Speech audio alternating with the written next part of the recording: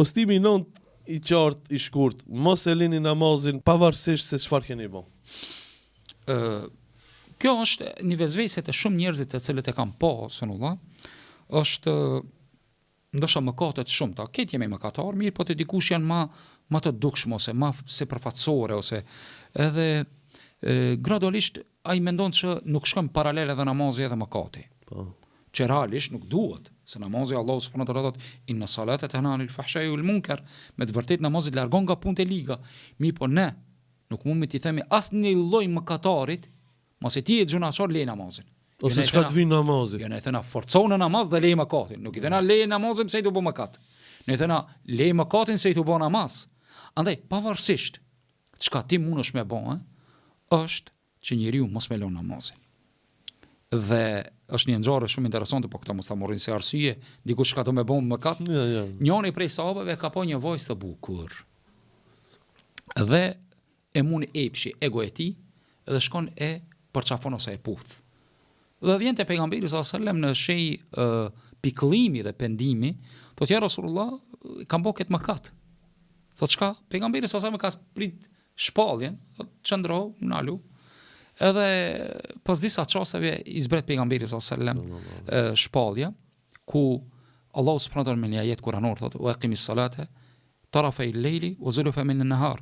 Do të falë namazin gjatë mëngjesit edhe mbrëmjes, innal hasanata yudhibna sayyiat. Për arsye se punët e mira i shlyn punët e këqija. Don namazin i shlyn mëkatet. Abdesin abdes i shlyn mëkatet. Ramazan i shlyn mëkatet. Haxhin i shlyn mëkatet. Xhumaja i shlyn mëkatet. Do të thotë njeriu pavarësisht çka mundet më ndodh. Forcimi i imanit të tij është namaz. Qad aflaha al-mu'minun alladhina hum fi salatihim khashi'un, kanë shpëtu besimtarët. Kush? Ata të cilët në gjatë namazit të tyre janë të kujdesur. Kujdesin e namaz e bën që njeriu të largohet nga mëkatet. Kjo nuk është aprovim i mëkatit, që ne themi pavarësisht se shka duke bëu, ki bon zot na ruaj zinë, ki lut komar, ki mor drog, ku diçka. Ne nuk të mile namazin. Jo. Le veprat e liga, fokuson namaz. Allah inshallah vazhdimisht kjo është edhe porosi edhe për evlatët tonë që janë duke u rrit. Çfarë do lloj gabimi që i bën? Mos u hidhro me Allahun. Allahu don.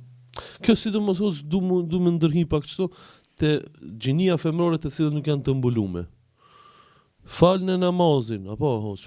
Padyshim, këshire mbulesa është simbol edhe urdhër fetar për femra. Tash ne nuk mundemi me minimizua ata. E qartë. Mirë po, ne nuk i themi një motrës muslimane, e cila ndoshta nuk ka marrë guxim ose bindje që të mbulohet nga rrethonat shoqërore, karriera dhe kështu me radhë, në asesi, bilo në një panumër, domthon familjar, dashamir që ka prej tyre, prej vajzave të cilët sot ndoshta janë pa mbulesë, mirë po janë namazlike. Ku kemi edhe alhamdulillah sot edhe në rrongë të ndryshme shoqërore, profesoresha dhe kështu me radhë, ne mburimi me ta, normal që ato janë namazlike, mirë po ne nuk i themi atyre lej namazin se nuk je mbuluar. Ne i themi vazhdoj namazin se namazin inshallah ka me ta prunë edhe bindjen ose guximin ose imanin që të mbulohesh. Domthonë kjo vlen edhe për gjinin femërore edhe për gjinin maskullore. Sidomos te djem ndoshta del natën ku diçka ka hec, e ka një lidhje nxezne që themi inshallah Allah i falë dhe ju udhëzon. Ne nuk themi lej namazin. Jo, asesi ne themi legalizoje atë lidhje të cilën e ke me kuror, me niça dhe vazhdoj namazin. Allahu na boft të tillë.